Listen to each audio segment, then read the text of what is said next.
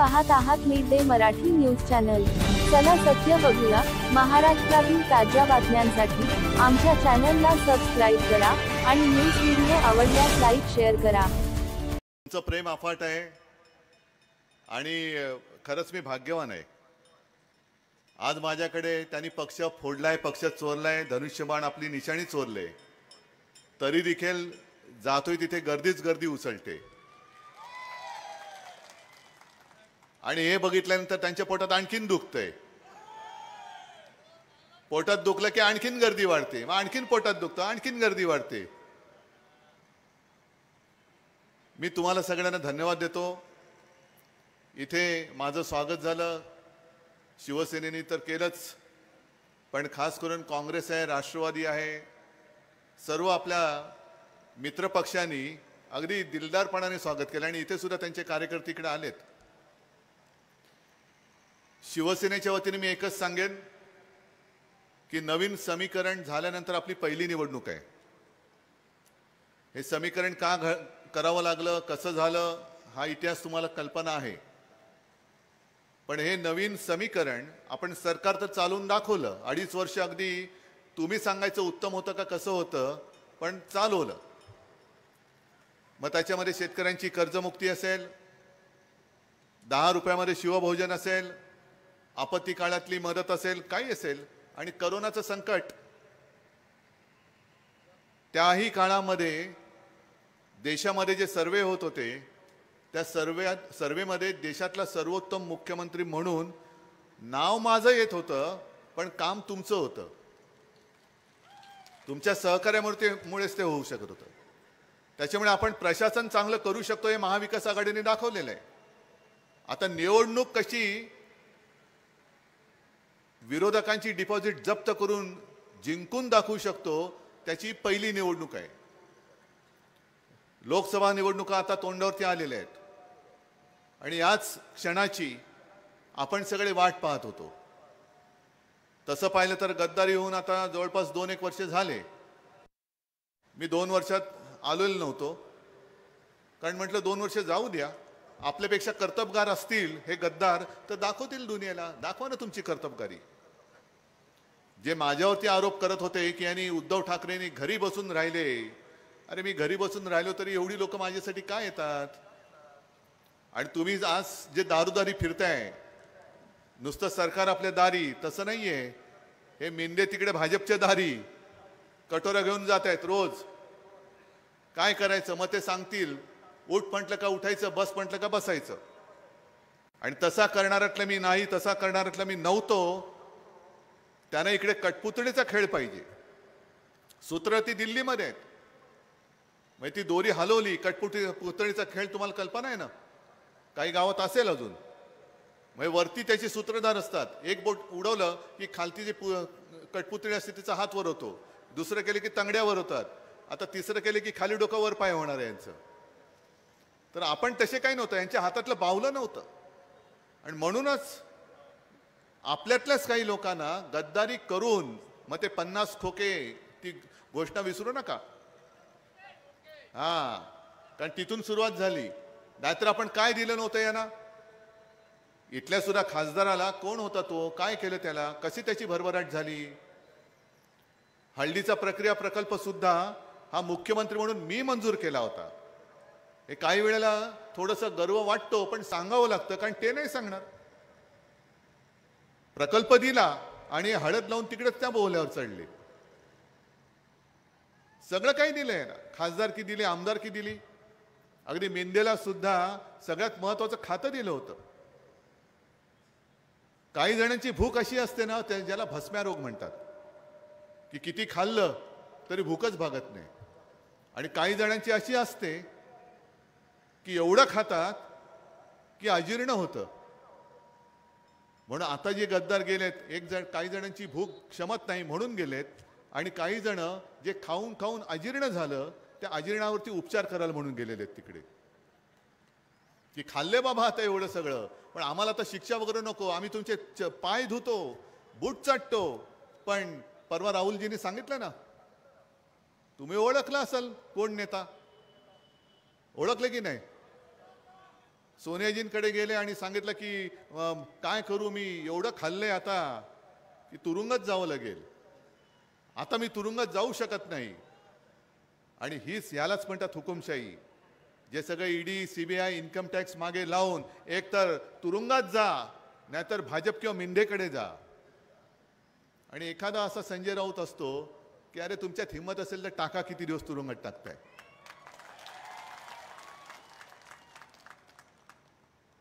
याला म्हणतात निष्ठा. आणि मला खास करून हिंगोलीकरांचं अभिनंदन करायचंय, कारण तसा नाही म्हटलं तरी इकडे काही वेळेला गद्दारी झाले, बेईमानी झाले, पण ज्यांनी बेईमानी केली त्यांच्या कपाळावरती गद्दारीचा शिक्का लागला, पण माझ्या हिंगोलीकरांनी त्यांच्या निष्ठेचा शिक्का कधी सोडला नाही. शिवसेना जो देईल तो उमेदवार तुम्ही अगदी भक्तिभावाने निवडून देत आलात. आता तेच मला पाहिजे. हे आता नवीन जे मी म्हटलं समीकरण, त्या समीकरणामध्ये कोणाकडे किती जागा हा आमची चर्चेचा विषय आहे, तो सुटेल आज उद्यामध्ये. पण महत्वाचं म्हणजे आपण सगळे जे लढतो आहोत ते तुझं माझं याच्यासाठी नाही. आपल्याला देशातली हुकुमशाही गाडून टाकायची आहे म्हणून आपण एकत्र आलेलो आहोत. आणि मग अमित शहा जे सांगतात की उद्धव ठाकरेंबरोबर असं आमचं काही ठरलंच नव्हतं, अडीच वर्षाचं आम्ही वचन दिलंच नव्हतं. मी तर माझ्या आई वडिलांची शपथ घेतली, तुळजाभवानीची शपथ घेतली. पण आणखीन एक उदाहरण तुम्हाला सांगतो की खरं कोण आणि खोटं कोण ठरवायला. 2014 पासून जे मोदीजी सांगत होते की शेतकऱ्यांचं उत्पन्न आम्ही दुप्पट करू, केलं? अरे हो की नाही, जोरात सांगा ना. शेतकऱ्यांचं उत्पन्न दुप्पट झालं नाही. पीक विमा योजना, विम्याचे पैसे मिळत आहेत? बरं, स्त्रीधन नाही. उज्ज्वला योजना, प्रधानमंत्री आवास योजना, आणखीन काही जनधन योजना नाही. मग हे कोण बोललो होतं आणि कोणी दिलं नाही? मग खोटं कोण बोलतंय? भाजप बोलतोय का मी बोलतोय?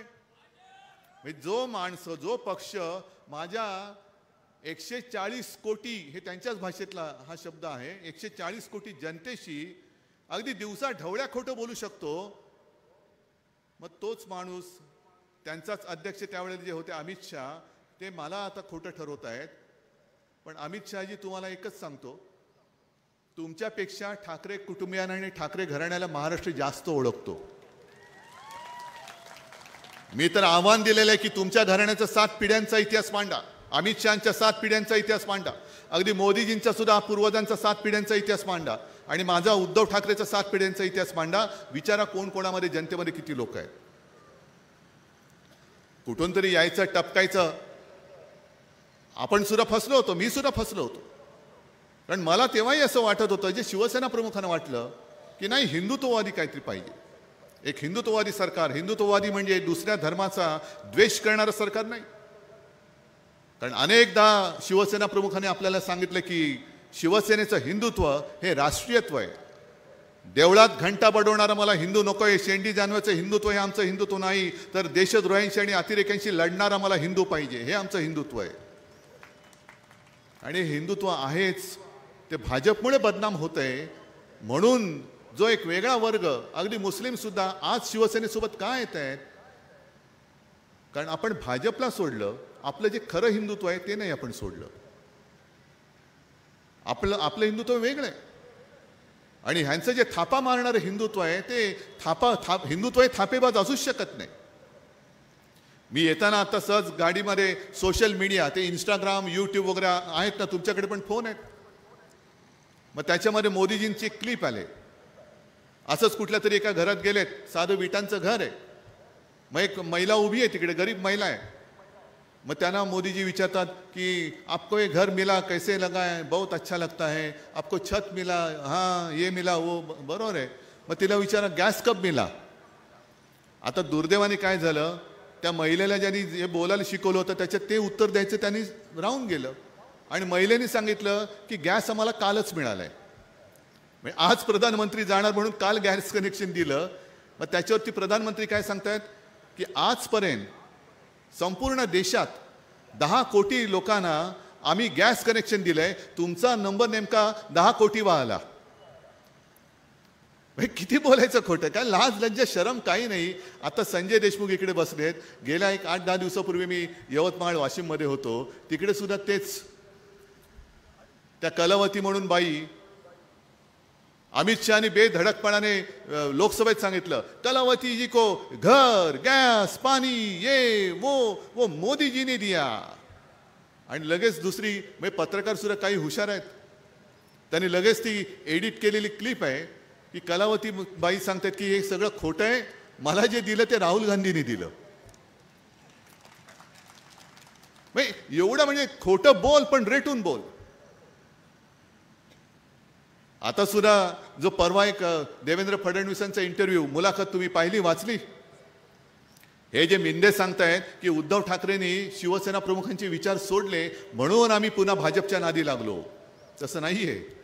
देवेंद्र फडणवीस स्वतः बोललेले आहेत की मी बोललो तो पुन्हा येईन, मी 2 पक्ष फोडून पुन्हा आलेलो आहे. किती नालायक कृतीची लोक आहेत. 2 पक्ष फोडले. मग आपले किरण माने आहेत, त्यांनी त्याच्यावर चांगली कॉमेंट दिली. त्यांनी सांगितलं दुसऱ्याच्या संपत्तीवरती दरोडा टाकून हे सांगतायत बघा आम्ही दुसऱ्यांची घरं फोडून संपत्ती लुटून मी श्रीमंत झालेलो आहे. त्याला खरं तुरुंगात टाकायला पाहिजे. दुसऱ्याची घर फोडतोयस तू, दुसऱ्याच्या संपत्तीवरती दरोडा टाकतोयस आणि त्याची स्वतःची श्रीमंती दाखवतोय. हेच भारतीय जनता पक्षाचं धोरण आहे जे निवडणूक रोख्यांमध्ये दिसते. आता अंबादास दानवे तुम्ही जे सांगितले ती मेगा इन्फ्रास्ट्रक्चर का काहीतरी कंपनी आहे. अचानक हिचा उदय कसा झाला? असेल मोठी कंपनी, पण तिला बरोबर सरकारी कामाची टेंडर देण्याच्या तारखा आणि रोखे त्यांनी भाजपला दिल्याच्या तारखा ह्या जवळपास कशा येत आहेत? या नांदेड परिसरामध्ये सुद्धा त्यांना हजारो एकर जमीन दिल्या असं म्हणतायत. मुंबईमध्ये मुंबई महापालिकेची कामं आपलं सरकार गेल्यानंतर आणि मुंबई पालिका त्याच्यावर प्रशासन आल्यानंतर याला मेट्रोची कामं, ही कामं, ती कामं सगळं म्हणजे अगदी उधळपट्टी चालले जणू काय मेघावरती आहेत ना. आम्हाला सुद्धा रोखे मिळाले, निवडणूक रोखे मिळाले, जाहीर करा ना तुम्ही, आम्ही जाहीर करू. पण आम्हाला जे रोखे मिळाले त्याच्यामध्ये एक तरी असं दाखवा की आम्ही त्याच्यावरती ईडी, सीबीआय, इन्कम टॅक्स किंवा त्याला कॉन्ट्रॅक्टच्या नावाखाली कॉन्ट्रॅक्ट देण्याच्या समोर त्याच्याकडनं आम्ही रोखे घेतलेत. एक सुद्धा नाही. म्हणजे तुमची ही काही जुलूम जबरदस्ती चाललेली आहे, नुसती सत्तेची हाव. संजय राऊतजी तुम्ही करोना काळाचा जो उल्लेख केला, आपण पूर्णपणे महाराष्ट्र हा अगदी तळहाताच्या फोडाप्रमाणे सांभाळला होता. मी जे सांगत तुम्हाला होतो ते तुम्ही अगदी कुटुंबातला आपला कोणतरी सांगतोय म्हणून तुम्ही ऐकलत. सगळं काही बंद होतं पण शेतीची कामं चालू होती. आणि त्याच काळामध्ये भाजप काय करत होतं? भाजप मध्य प्रदेशमधलं काँग्रेसचं सरकार पाडत होतं. कमलनाथ मुख्यमंत्री होते. कमलनाथ यांचं सरकार पाडलं, काँग्रेसचं सरकार पाडलं, शिवराज सिंगनं तिकडे बसवलं आणि त्याच्यानंतर तिकडे त्यांनी लॉकडाऊन केला. म्हणजे किती विकृत माणसं आहेत. जनता मरते, लोकांचे प्राण जात आहेत. नाही नाही नाही नाही नाही मेले तर मरू दे, पण आमचं सरकार बसेल त्याच्यानंतर आम्ही इलाज सुरू करू. एवढं निर्दयी सरकार हे 10 वर्ष आपण बघितल्यानंतर मला तर खरं असं वाटतं की यांना लाज लज्जा शरम यांनी सोडलेली आहे. सगळं सोडून सगळा कारभार उघडा वागडा पडलेला असताना निवडणूक रोख्यांमध्ये तुम्ही पैसे खातायत, कॉन्ट्रॅक्टच्या नावाखाली पैसे खाताय. आमच्या विरोधी पक्ष म्हणजे भाजपचे विरोधी या पक्षातल्या साध्या साध्या कार्यकर्त्यांवरती जुन्या जुन्या केसेस काढतायत, खोट्या केसेस टाकतायत, पोलिसांकडनं सतवतायत. अगदी मुंबईमध्ये साध्या माझ्या कार्यकर्त्याच्या झोपडीत राहणाऱ्या कार्यकर्त्याच्या झोपडीमध्ये हे ईडीवाले घुसले होते. झोपडीत सगळीकडे घुसतायत. मग उद्या आमचं सरकार आल्यानंतर लक्षात ठेवा की जे तुम्ही करताय उद्या बुमरँग सारखं तुमच्यावरती उलटेल. आम्ही जर का ठरवलं निर्दयीपणाने वागायचं आणि आमचे तुमचेच जे काय आहेत घरगड्यासारखे वागणारे ह्या यंत्रणा या तुमच्यावरती आम्ही सोडल्या आणि तुमच्या घरातली लोक घुसली तर तुम्ही कुठे पळाल? कारण तुम्ही एवढं गडगंज खाल्लेलं आहात की तुम्हाला ते लपवायला सुद्धा जागा नाहीये. आजपर्यंत असं काही नाही की सत्ताधारी आणि विरोधी पक्ष आहेत ना. आता काँग्रेस आणि राष्ट्रवादी माझ्यासोबत व्यासपीठावर आहे. शिवसेना प्रमुख आणि आदरणीय पवार साहेब यांचं नातं तुम्हाला सगळ्यांना माहिती आहे. त्यांची मैत्री सुद्धा होती आणि अगदी व्यासपीठावरती राजकीय भूमिका त्यांच्या कडाक्याच्या म्हणजे जणू टोकाच्या भूमिका होत्या, एकमेकावरती टीका जरूर करायचे. पण आज देखील मला तो एक क्षण आठवतोय की 95 साली जेव्हा आपल्या युतीचं सरकार आलं, मनोहर जोशी मुख्यमंत्री होते, गोपीनाथ मुंडे हे उपमुख्यमंत्री होते आणि शिवसेना प्रमुखांसमोर ते बसले असताना मी तिकडे होतो, बसलो होतो. माझ्या समोर शिवसेना प्रमुखांनी दोघांना सांगितलं की पंत, ते मनोहर जोशींना पंत म्हणायचे, की पंत तुम्ही मुख्यमंत्री आहात, गोपीनाथ तू उपमुख्यमंत्री आहेस, गृहमंत्री आहेस. आता लक्षात ठेवा, आपण सत्ताधारी आहोत. काँग्रेसची लोक, राष्ट्रवादीची लोक हे रस्त्यावरती येतील, आपल्यासमोर आपल्या विरुद्ध आंदोलन करतील, पण आंदोलन केलं तरी एक सुद्धा पोलिसाची लाठी त्यांच्यावरती उगारायची नाही. तुम्ही लाठीमार, बेछूट लाठीमार करा, कोणाचे हातपाय मोडतील, डोके फुटतील, ते असतील काँग्रेसचे असतील, राष्ट्रवादीचे असतील, पण लक्षात ठेवा ते माझ्या महाराष्ट्राची ती मुलं आहेत, त्यांचा केस सुद्धा वाकडा होता कामा नये. याला म्हणतात एक दिलदारी आणि ह्याला म्हणतात एक राज्यकर्ता. आज सुद्धा जे काही जातीपातीमध्ये द्वेष भडकवून धर्माधर्मामध्ये आगी लावण्याचं काम चाललंय, जातीपातीमध्ये आग लावण्याचं काम चाललेलं आहे. अरे त्यांना घ्या ना सोबत, बसवा एकदा समोर. आम्ही 2.5 वर्ष जे करत होतो ह्या सगळं अगदी मराठा समाजाला सुद्धा मी सांगतोय की आम्ही तुमच्यासोबत बसत होतो, बोलत होतो, पण तुम्ही वाटेल ते करून म्हणजे त्या आंतरवाली सराटीमध्ये मी धावून गेलो होतो, पवारसाहेब गेले होते. काय संबंध होता आमचा? कोण लागतात जरांगे पाटील आमचं? आम्ही नाही विचार केला. पण न्याय हक्कासाठी कोणतरी तिकडे बसले, त्यांच्याशी बोलण्यापेक्षा तुम्ही सरळ तिकडे बेधडकपणाने माझ्या आया बहिणीची डोकी फोडून टाकता, वेडवाकडं मारहाण करता. मग ते जे रक्त सांडले ते रक्त कोणाचं आहे? आज जो काय तुम्ही एक कायदा आणू इच्छित आहे की परदेशातले भयभीत झालेले नागरिक माझ्या देशात आले पाहिजेत, पण माझ्या देशातले जे आहेत अगदी सरळ बोलायचं तर हे जी काय आंदोलनाला उतरलेली लोक ही काय हिंदू नाही आहेत? त्यांचं रक्त तुम्ही सांडता, त्या रक्त सांडताना तुम्हाला लाज नाही वाटत? त्यांच्यावरती वेडेवाकडे गुन्हे दाखल करता, कारण नसताना त्यांना दडपून टाकता. अतिरेक्यांबरोबर चर्चा करू शकता, पण माझ्या मराठी माणसाबरोबर आणि ह्या सगळ्या न्याय हक्कासाठी संतापून रस्त्यावरती उतरलेल्या लोकांशी तुम्ही बसून बोलू शकत नाही? काय एकदा तरी मोदीजींनी बोलवायला पाहिजे होतं ना. कोण समाज आहे? धनगर समाज आहे, मराठा समाज आहे, बंजारा समाज आहे. कधीतरी तुमचं शिष्टमंडळ दिल्लीमध्ये बोलवले, मानापानाने बसवले, बोलो भाई और बहनों बोलो क्या चाहते हैं आप, बोला ना त्यांच्याशी.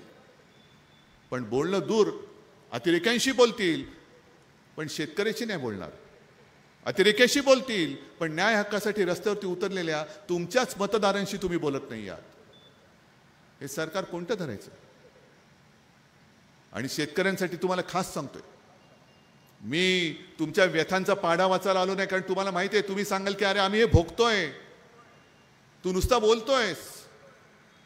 पण सरकारच्या मानसिकतेतला हा फरक आहे, तो तुमच्या मी लक्षात आणून देतोय. अचानक मला मुख्यमंत्री व्हावं लागलं आणि जेव्हा म्हणजे मी नोव्हेंबरमध्ये शपथ घेतली आणि साधारणतः डिसेंबरमध्ये पहिलं अधिवेशन होतं नागपूरचं, हिवाळी अधिवेशन. एका महिन्यात मला सांगा एकतरी शेतकऱ्यांनी महाराष्ट्रातून माझ्याकडे कर्जमुक्तीची मागणी केली होती का? तरी सुद्धा माझं कर्तव्य म्हणून एक 2 लाखापर्यंतची पीक कर्जमुक्ती शेतकऱ्याची मी केली. घोषणा नव्हती नुसती केली, तर ती मी पूर्ण करून दाखवली. आणि मी एक असं ध्यास घेतलेला आहे, अजूनही आहे, कारण मला खात्री आहे मी मुख्यमंत्री होण्याचं स्वप्न बघत नाहीये, पण आपलं सरकार परत येणार, परत आणणार ही मला खात्री आहे. आणि जो प्रयत्न मी तेव्हा करत होतो की शेतकऱ्याला जेव्हा गरज असेल तेव्हा कर्जमुक्त करू. कदाचित मी 5व्या वर्षाच्या अखेरीस पुन्हा एकदा कर्जमुक्ती जाहीर केली असती, पण शेतकरी हा स्वतःच्या पायावरती उभा राहायला पाहिजे. तो सदा सर्वदा कर्जामध्ये राहतोय म्हणजे जन्म घेतो तो सुद्धा कर्जात, कारण वाडवडिलांनी कर्ज घेऊन ठेवले. मोठा होतोय तो सुद्धा कर्जात, आणि कर्ज फेडता येत नाही म्हणून आत्महत्या म्हणजे मृत्यू सुद्धा कर्जामध्ये त्याचा होतोय. म्हणजे शेतकऱ्याचा संबंध शेतीशी जास्त पाहिजे की कर्जाची जास्त पाहिजे? नुसतं कर्ज कर्ज कर्ज, बरं मरून राबून तुम्ही पीक व्हायचं. एक तर सगळं व्यवस्थित असेल तर यांचं आयात निर्यात धोरण असं काही असतं की सोन्यासारख्या पिकलेल्या पिकाला मातीची सुद्धा किंमत येत नाही. मग कधी हमी भावाची लढाई असते, कधी गारपीटच होते, कधी अवकाळी पाऊस, कधी दुष्काळ. शेती हा एकच व्यवसाय असा आहे की ज्याला काही समोर अंधार असतो, भवितव्य काय आहे माहिती नाही. यांचे जे उद्योगपती मित्र आहेत यांनी लाखो करोडो रुपयांची कर्ज माफ केली अशी बातमीमध्ये मी सुद्धा वाचली होती. पण हे सगळे उद्योगपती मित्र ते आधी मार्केट रिसर्च करतात. मी कोणतं उत्पादन मार्केटमध्ये टाकलं तर त्याला भाव मिळेल, कुठे मिळेल, कसं मिळेल. पण शेतकऱ्याचं काय नाही, काय टोमॅटो पिकव, धान पिकवतोय, सोयाबीन पिकवतोय, काय काय वाटेल ते कर, मर तू आणि तुझं काय असेल ते मर. मग कशाला त्याला आपण अन्नदाता म्हणायचं? कशाला त्याचं आपण अगदी जय जवान जय किसान करायचं? आज दिल्लीमधले जे शेतकरी रस्त्यावरती उतरलेत, हे जय जवान जय किसान, हे जवान कोण आहेत? हे पोलीस कोण आहेत? हे शेतकऱ्यांची मुलं आहेत. पण मोदी सरकार, मोदी परिवार ज्यांना म्हणतं, का हो मोदीजी तुमच्या परिवारामध्ये माझ्या देशातले शेतकरी येत नाहीत? जे शेतकरी तुम्हीच सांगितलं होतं 2014 साली की आम्ही शेतकऱ्याचं उत्पन्न दुप्पट करू, त्याची आठवण करून द्यायला ते येत आहेत दिल्लीत. पण नाही, शेतकऱ्यांनी दिल्लीत यायचं नाही. सुटाबुटातला कोण असेल ताबडतोब बोलवा, माझ्या बाजूला बसवा, फोटो काढा आणि पेपरला द्या. पण मुंडासं बांधलेला माझा सारा शेतकरी आला नाही, दिल्लीत तू नाही यायचंस. मग फरक काय पडलाय सरकारमध्ये? आपण जे महात्मा ज्योतिबा फुलेंचं एक ती आठवण सांगतात की तो कोण इंग्रजांचा राजा का राजपुत्र जेव्हा आपल्याकडे देशात आला होता, त्याच्या स्वागतासाठी एक जंगी पार्टी ठेवली होती आणि त्या पार्टीमध्ये महात्मा फुलेंना बोलवलं होतं. सगळेजण आले, सगळे यांच्या मोदीजींच्या दोस्तासारखे सूट बूट टाय घालून गेले होते. सगळ्यांना मानाने आतमध्ये बोलवलं. पण ज्योतिबा एक माणूस असा होता, तो डोक्याला मुंडासं फाटकं धोतर बितर गाणी असं घालून गेला तिकडे. त्याला दरवाजावरती अडवलं. अरे तुला काय कळतं की नाही, अक्कल आहे तुला? इंग्रजचा लंडनचा राजपुत्र आलाय आणि त्याच्या स्वागताची पार्टी तू अगदी असा भिकाऱ्यासारखा वेश करून आलायस? आणि महात्मा फुलेंनी त्याला उत्तर दिलं की होय, मी मुद्दामून आलेलो आहे. जो इंग्रज माझ्या देशावरती राज्य करतोय त्याला कळलं पाहिजे की या देशातल्या जनतेचे हाल काय आहेत, म्हणून मी माझा हा पोशाख घालून आलेलो. त्याला कळलं पाहिजे माझ्या देशातली जनता काय आहे. मग इंग्रज जे माझ्या महात्मा फुलेंना शेतकऱ्याच्या वेशात आला म्हणून दरवाजावरती अडवत होते, आणि हे मोदी सरकार माझा शेतकरी न्याय हक्क मागण्यासाठी दिल्लीत येतोय म्हणून त्याला दिल्लीत येण्यापासून अडवत आहेत. काय वृत्तीत फरक काय पडलाय? कुठे स्वातंत्र्य? कुठे भारत माता की जय बोलणारं ते सरकार जे मतं मागताना बेंबीच्या देठापासून बोंबलून ओरडतात भाजपवाले? भारत माता म्हणजे काय? भारत माता म्हणजे तुम्ही आहात. भारत माता म्हणजे यांचे सुटाबुटातले मित्र नाही आहेत फक्त. भारत माता म्हणजे ही सगळी माझी भारत माता, या सगळ्यांना गोरगरिबांसाठी म्हणून हा भारत देश आहे. आणि मुद्दामून मी बातमी घेऊन आलोय. इकडे तुमच्याकडे बातमी आली असेल नसेल, राष्ट्रीय स्वयंसेवक संघाचे सरकार्यवाहक म्हणून कोणतरी आहे, दत्तात्रय होसबाळे, नाव ऐकलं असेल तुम्ही, ऐकलंय? त्यांनी एक परवा स्टेटमेंट केले. जे उत्तरेत शेतकरी रस्त्यावरती उतरलेत त्यांच्याबद्दल ते बोललेत की शेतकरी आंदोलनाच्या नावाखाली अराजकता, ही बातमी आहे. मग तुम्हाला आम्ही हमीभाव देणारच नाही, तुमचं कर्ज माफ आम्ही करणारच नाही, आयात निर्यात धोरण आम्ही आमच्या मर्जीप्रमाणे ठरवू, जसे आमचे उद्योगपती मित्र सांगतील तसं आम्ही ठरवू. पण जर तुम्ही तुमच्या न्याय हक्कासाठी रस्त्यावरती उतरलात तर तुम्ही अतिरेकी आहात, तुम्ही अराजक पसरवत आहात. अहो होसबळे साहेब, अन्नदाता जर त्याच्या कष्टाचं दाम मागत असेल, याला जर का तुम्ही अराजकता मानत असाल तर तुमचं हिंदुत्व तुम्हाला लख लाभो असं हे तुमचं भाडोत्री हिंदुत्व, याला मी किंमत देत नाही. हे हिंदू तुम्हाला नाही मान्य, हे हिंदू तुम्हाला मान्य नाहीये. स्वतः आणि स्वतः मोदी परिवारमध्ये किती लोक आहेत? फक्त मोदीजी आणि त्यांची सत्तेची खुर्ची, तिसरा माणूस आहे कुठे? आज सुद्धा मला इकडे मोठे हार घातले. मी ज्यांनी हार आणला त्यांना सगळ्यांना सांगतो, एक तर बाबा एवढं मोठं हाराचं ओझं मी कोणत्यानी बोलतोय?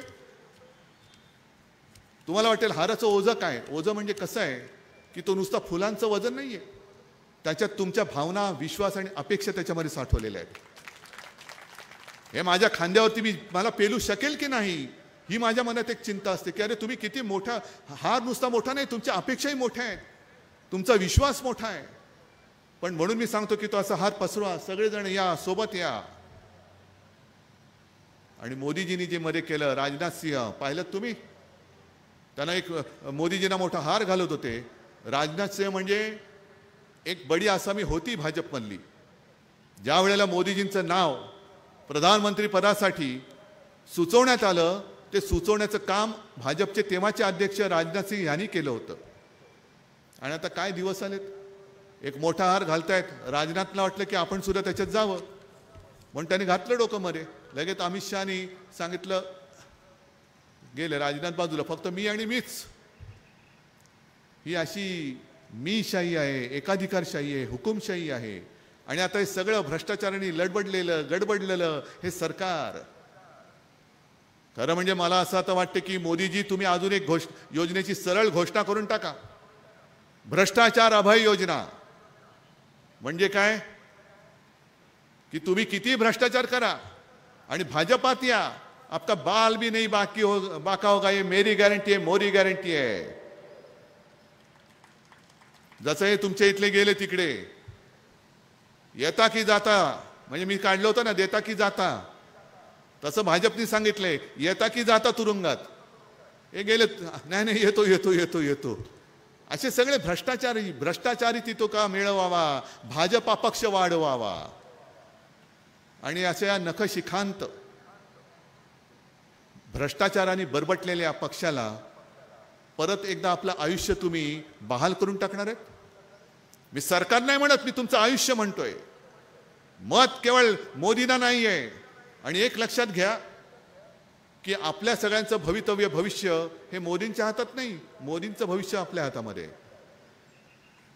मोदींचं भविष्य आपल्या हातात आहे. आणि तुम्ही विचार करा, जे पोट तिडकीने मी फिरतोय, बोलतोय, सांगतोय, हे तुम्हाला पटतंय नाही पटतंय हे तुमच्यावरती आहे. आणि म्हणून मी मध्ये म्हटलं होतं की आम्ही देशभक्त आहोत.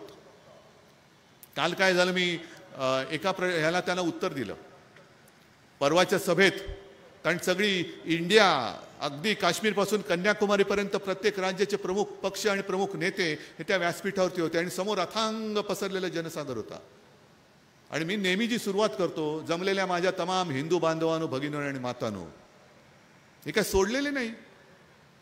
पण मला त्यावेळेला असं वाटलं की मोदीजी म्हणत होते की इंडिया आघाडी, त्याला इंडियन मुजाहिद्दीनचं नाव त्यांनी दिलं होतं. म्हणून मी माझ्या भाषणाची सुरुवात करताना म्हटलं की जमलेल्या माझ्या तमाम देशभक्त देशप्रेमी बांधवांनो, भगिनी आणि मातांनो, काय ह्याच्यात मी चूक केली? पण मिंदे जे तिकडे गेलेत, दाढी खाजवत बोलले लगेच, बघा म्हणे हे काँग्रेसच्या बरोबर गेले, यांची भाषाच बदलली. अहो मिंदे, तुम्ही नमो भक्त झालेला आहात, मोदी भक्त झालेला आहात. आम्ही मोदी भक्त नाही, आम्ही देशभक्त आहोत. आम्ही मोदींची पालखी वाहण्यासाठी माझ्या वडिलांनी शिवसेनेची स्थापना नाही केली, तर जनतेच्या न्याय हक्कासाठी म्हणून शिवसेनेची स्थापना केलेली आहे. तुम्ही नुसते पालखीचे भोई व्हा. पण पहिलं मोदी भक्तांना मला विचारायचंय की मोदी भक्तांनो, मी देशभक्तांना आवाहन केल्यानंतर तुमच्या पोटात दुखतं, तर मला विचारायचंय मोदी भक्तांना की मोदी भक्त हा देशभक्त आहे की नाही हे पहिलं सांगा. तुम्ही कोणाचे भक्त आहात? देशाचे भक्त आहात का मोदींचे भक्त आहात? आणि देशभक्तासमोर जर मोदी भक्त उभा राहणार असेल तर तो मोदी भक्त राजकारणामध्ये तिथल्या तिथे त्याला चिरडून टाकायला लागेल. या देशात फक्त माझ्या देशाचंच नाव चालेल. संपूर्ण जगामध्ये भारत हेच नाव आहे, इंडिया हे नाव आहे, हिंदुस्थान हे नाव आहे. आणि तुम्हाला जर का कोणाला असं वाटत असेल, म्हणजे त्या भाडोत्री जनता पक्षाला, की माझ्या या भारत मातेपेक्षा सुद्धा माझा नेता मोठा आहे, चालणार नाही. कोणी असेल, किती असेल, तुमचा देव असेल तर तुम्ही घरात त्याच्या पूजा करा. पण माझ्या देशासमोर कोणी असला तरी तो खुजा आहे, तो बुटका आहे. देशापेक्षा मोठा कोणी होऊ शकत नाही. आणि तीच ठरवण्याची वेळ आता आलेली आहे. आणि मला खात्री आहे, आजपर्यंत परिस्थिती वेगळी होती. आणि तरी देखील तुम्ही, म्हणजे मला आठवतंय की खासदारकीच्या निवडणुका जेव्हा आपण लढवायला लागलो, तेव्हा पहिल्या फळीतला खासदार निवडून देण्याचं काम हिंगोली, परभणी, संभाजीनगर ह्या 3 मतदारसंघांनी केलं होतं. आणि तेच काम याही वेळेला तुम्ही कराल अशी खात्री, विश्वास बाळगतो आणि आपली तूर्त रजा घेतो. जय हिंद, जय महाराष्ट्र.